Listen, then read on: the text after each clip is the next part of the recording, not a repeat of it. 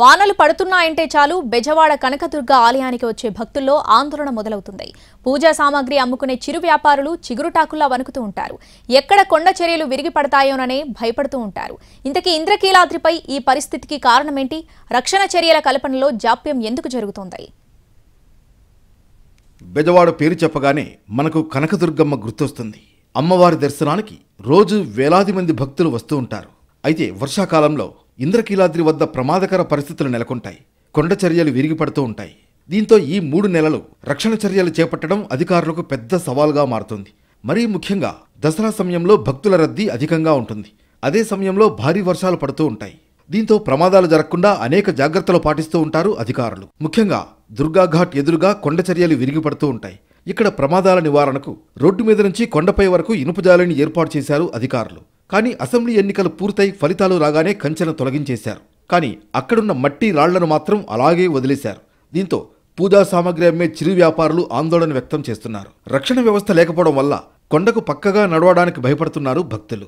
కొండ చర్యలు విరిగిపడకుండా అధికారులు చర్యలు చేపట్టాలని కోరుతున్నారు. కొండ చర్యలు జారి పడితే దసరాలో చాలా మంది భక్తులు వస్తారండి. అది కొండ చర్యల వల్ల చాలా ఇబ్బందిగా భయంకరంగా కూడా ఉన్నది. దానికి ఇప్పుడు ఉన్న అధికారులు ఏం చర్యలు తీసుకొని ఏమైనా మరమ్మతులు చేస్తే బాగుంటుందని అనుకుంటున్నాం. కొండ చర్యలు విరిగిపడకుండా పటిష్ట ఏర్పాట్లు చేస్తున్నట్లు చెబుతున్నారు దుర్గగుడి ఈవో రామారావు. దీనికి సంబంధించి ఇంజనీరింగ్ విభాగంతో చర్చించామన్నారు. సాంకేతిక నిపుణుల బృందం సలహా తీసుకున్నామని తెలిపారు ఆయన. ప్రభుత్వానికి ప్రతిపాదనలు పంపామని, అనుమతులు రాగానే పనులు ప్రారంభిస్తామంటున్నారు. దసరా నాటికి రక్షణ చర్యలు పూర్తి చేస్తామంటున్నారు ఈవో. కొండ చర్యలు విరిగిపడే దానికోసం టెండర్స్ కాల్ఫర్ చేయడం జరిగింది.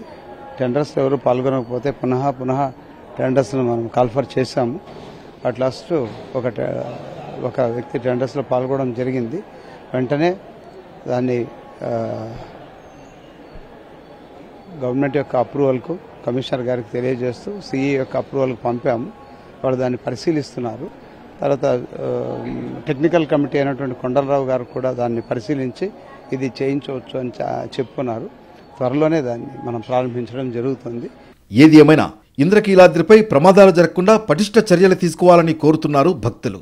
తాత్కాలిక చర్యలు కాకుండా సమస్యకు శాశ్వత పరిష్కారం చూడాలని కోరుతున్నారు.